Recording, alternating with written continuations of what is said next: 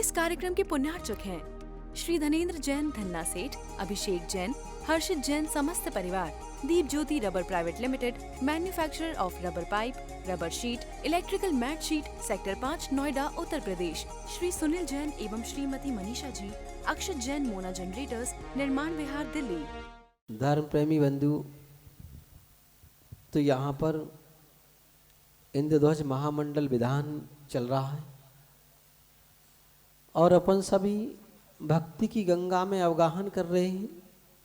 इंद्रध्वज महामंडल विधान में अभी आपने पूर्व विदेह क्षेत्र में कहा कि बक्षार पर्वत, जहाँ पर का उस बक्षार पर्वत पर प्रत्येक जिनालय में कितनी कितनी प्रतिमाएं हैं? 108 प्रतिमाएं।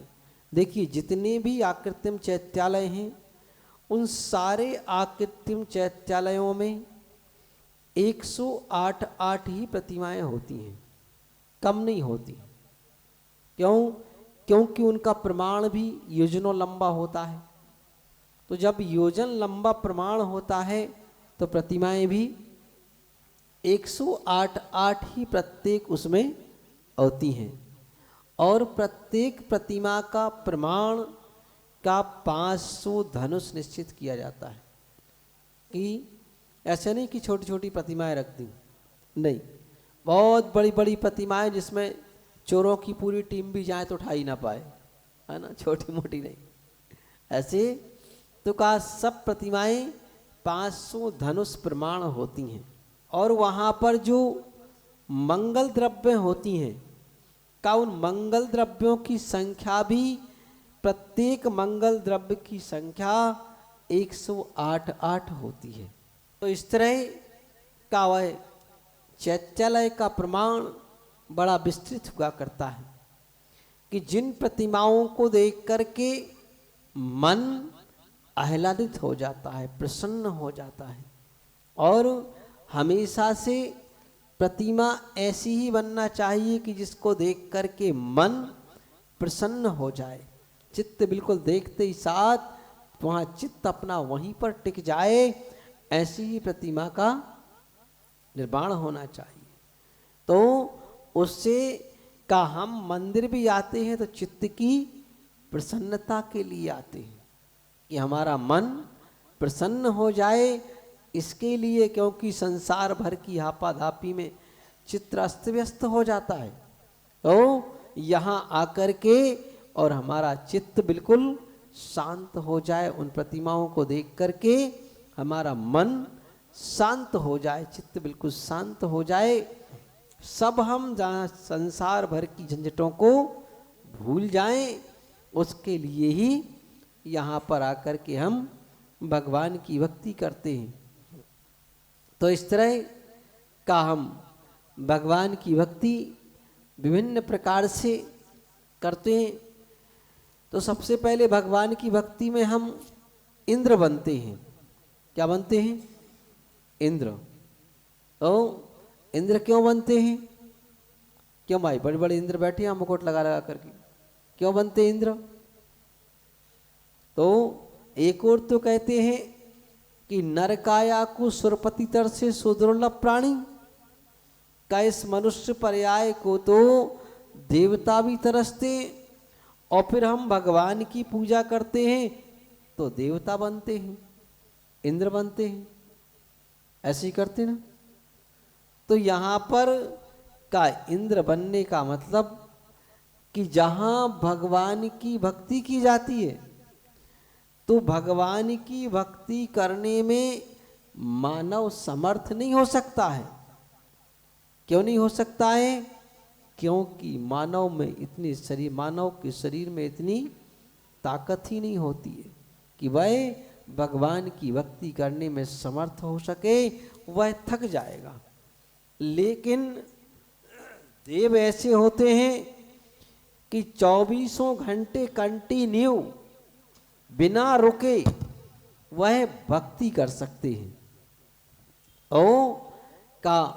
इसलिए हम उनका रूप बनाते हैं कि हम भी देव हैं, भगवान की भक्ति करने में सर्वोपरि आगे है।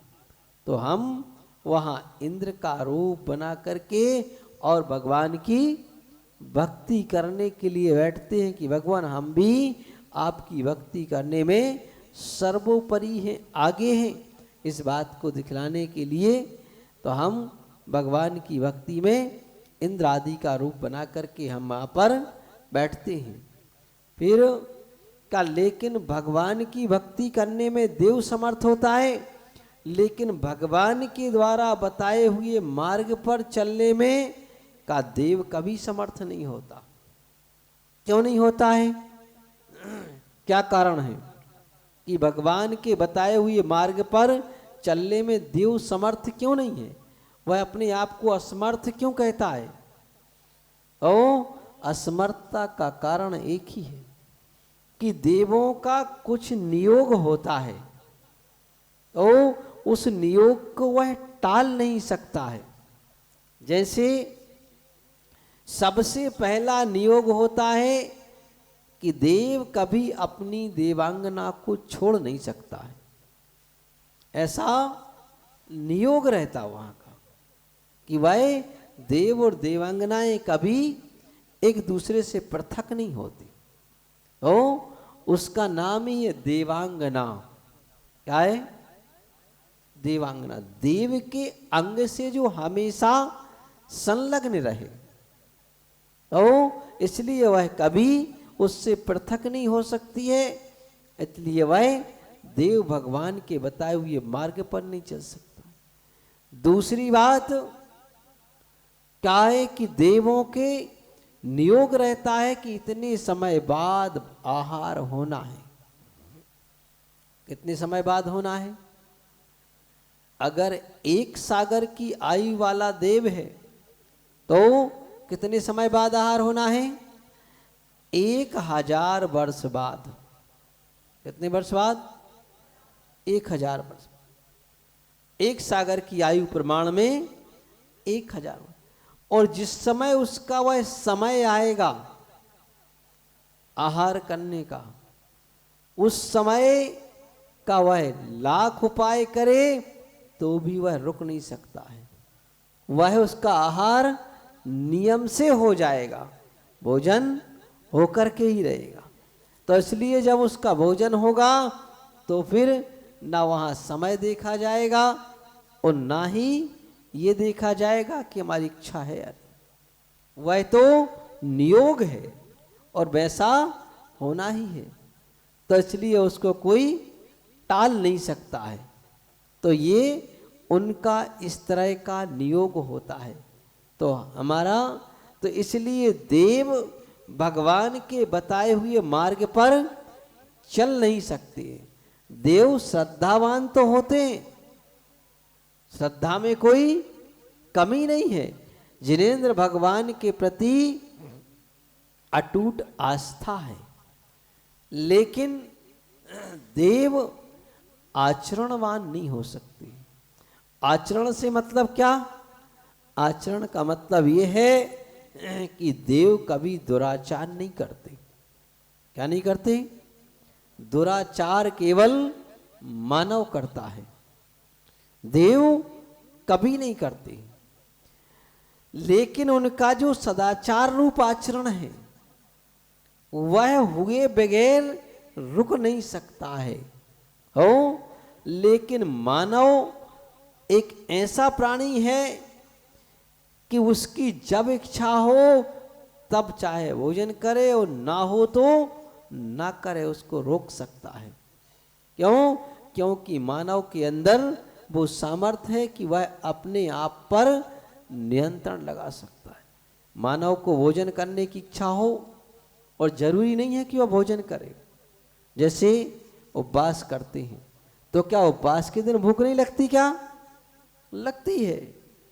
जब भोजन का समय आता है तब भूख की अनुभूति होती है, ऐसा नहीं कि नहीं होती है, होती है। लेकिन हमारा मन दूसरी ओर लग जाता है, रंजायमान हो जाता है, और जब मन दूसरी ओर लग जाए तब फिर हमारा उपयोग उस ओर जाता ही नहीं, और जाए भी तो भी हमारे अंदर बदलने की सामर्थ्य होती है कि हम अपने उपयोग को उसके अनुसार बदल सकते हैं। तो इसलिए जिन धर्म में का एक मानव ही ऐसा प्राणी है जो नियम संयम को ग्रहण कर सकता है, मनुष्य भी कर सकता है और त्रियंच भी कर सकता है। 5 अणुव्रतों का पालन तो त्रियंच भी कर सकता है। कौन? त्रियंच भी 5 अणुव्रतों का पालन कर सकता है। बहुत सारे त्रियंच ऐसे हैं जिनके नाम लिए गए हैं कि जिन्होंने 5 अणुव्रतों का पालन किया। कौन कौन से? कि सबसे पहले हाथी ने किया था, है ना, राम के यहाँ पर जो था, और शेर ने 5 अणुव्रतों का पालन किया, श्याल ने 5 अणुव्रतों का पालन किया, है ना। तो का ऐसे बहुत सारे, जटायु ने 5 अणुव्रतों का पालन किया। तो का ऐसे बहुत सारे प्राणी हैं कि जिन्होंने 5 अणुव्रत त्रियंच प्राणियों ने भी पालन किया। तो का मानव भी 5 अणुव्रतों का पालन कर सकता है। ओ क्योंकि त्रियंच भी अपनी इच्छाओं को रोक सकता है और मनुष्य भी अपनी इच्छाओं को रोक सकता है। जरूरी नहीं है कि जब जो इच्छा हो उस कार्य को किया ही जाए, ऐसा कोई निश्चित नहीं हुआ करता है। तो वह अपनी इच्छाओं को रोकने में समर्थ हुआ करता है। तो इस तरह का मानव के अंदर, तो इसलिए यहाँ पर 5 अणुव्रतों का वर्णन मनुष्यों के लिए बतलाया कि ये 5 अणुव्रत वो ही पाल सकता है जो जिनेंद्र भगवान के बताए हुए मार्ग पर चलता है। ओ कौन? तो 5 अणुव्रतों के बाद यहाँ पर हमारे आचार्य भगवंतों ने 8 मूल गुणों का विवेचन किया हुआ है। कितने मूल गुण? 8। तो देखिए 8 मूल गुण एक गृहस्थ के भी होते हैं, है ना, और 8 मूल गुण किनके होते हैं? सिद्धों के भी होते हैं। इनके सिद्धों के भी होते हैं। तो सिद्ध और तुम बराबर हो गए, क्योंकि उनके भी 8 मूल गुण और तुम्हारे भी 8 मूल गुण, तो बराबरी पर हो गए, इक्वल। का जीवत्व की दृष्टि से तो सभी बराबर हैं, लेकिन का अवस्थाओं की दृष्टि से सब में भेद पाया जाता है। तो इस तरह इन 8 मूल गुणों का वर्णन वर्तमान समय में का पालन करना लोगों को कठिन लगता है, लेकिन पहले समय में 8 मूल गुण लोग नेचुरल पालते थे, स्वाभाविक, है ना, बिल्कुल नेचुरल स्वाभाविक उनका पालन था। तो क्या है वह 8 मूल गुण? का मध्यमास मधुत्यागई सहाणुव्रत पंचकम अष्टगुणौ यद अष्टमूल गुणा नाहुर गृहणाम शृणोत्तमाः। तो ये 8 मूल गुण कहे हुए हैं। क्या क्या है वह? का मध्यमास मधुत्यागई, का मध्यमास और मधु। तो प्रायः देखा जाता है कि जैन धर्म में का इन चीजों का सेवन कभी नहीं होता था। कोई मद्य का सेवन नहीं करता था, मधु का सेवन नहीं करता था और मांस का सेवन नहीं करता था। और का पंच सहाणुव्रत का उसके साथ साथ में 5 अणुव्रतों का पालन करना। तो ये 8 मूल गुण का किन्होंने कहा हुए? शृणोत्तमा, श्रणों में जो उत्तम है, ऐसे जिनेंद्र भगवान ने ये 8 मूल गुण बतलाए हुए हैं कि ये 8 मूल गुण हैं। तो का अब वर्तमान समय में इनका पालन करना कठिन हो गया है। पहले व्यक्ति तो ये 8 मूल गुण, तो इन 8 मूल गुणों में का अलग अलग आचार्यों ने अलग अलग दिए हुए। यहाँ पर आचार्य समंतबद्ध स्वामी ने 5 अणुव्रतों की मुख्यता की हुई है कि 5 अणुव्रतों का पालन करना है, और का वहाँ पर अन्यत्र जगह पर 5 अणुव्रतों की जगह पर का 5 पंच उदंबर फल भी रख दिए हैं। का पंच उदंबर फल का जिन फलों में का नेचुरल ही त्रसजीव पाए जाते हैं, ऐसे वह पंचनंबर फल। वैसे सामान्य से देखा जाए तो त्रस जीवों की उत्पत्ति तो प्रत्येक फल में हो जाती है, प्रत्येक सब्जियों में हो जाती है, प्रत्येक अनाज में भी होती है। सब जगह त्रस जीवों की उत्पत्ति होती है। ऐसा कोई स्थान नहीं जहां त्रस जीवों की उत्पत्ति ना हो। लेकिन फिर भी काय कि वहां कि जिनमें बाहुल्यता से पाए जाते हैं, लेकिन सभी में उत्पत्ति होती है। कब होती है? जब वह विचलित हो जाए, सड़ जाए, तब होती है। और लेकिन कुछ फल ऐसे होते हैं कि जिनमें नेचुरल ही ये त्रसजीव उत्पन्न नेचुरल होते हैं। तो जिनमें ये त्रसजीवों की उत्पत्ति बिल्कुल नेचुरल स्वाभाविक है, का उनके त्याग की बात यहाँ पर कही कि ऐसे उन फलों को का श्रावक जो गृहस्थ धर्म का पालन करने वाला है और दया धर्म का पालन करने वाला है, हिंसा से भयभीत रहने वाला है, वह इन चीजों का त्याग नेचुरल कर देता है। और का इसमें भी पंडित आशाधर जी ने 5 अणुव्रतों का वर्णन, मतलब 8 मूल गुणों का वर्णन इनसे कुछ हट करके किया हुआ है। उसमें का 5 अणुव्रतों के वर्णन में 3 चीजें सभी ने बराबर ली हैं, मद्य, मांस और मधु। इनका वर्णन सबसे पहले किया गया। तो कहा कि इन चीजों का त्याग सबसे पहले जैन व्यक्ति कर देता है कि मद्य, मांस, मधु का सेवन वह कभी नहीं करता है, चाहे स्थिति कैसे भी हो क्यों ना बन जाए। अगर स्थिति ऐसी भी हो कि जीवन मरण का प्रसंग भी आ जाए, तो भी कहता है कि इन 3 चीजों का सेवन तो मैं नहीं कर सकता हूं। मरण भले ही सामने आ जाए तो उनको मैं स्वीकार कर लूंगा।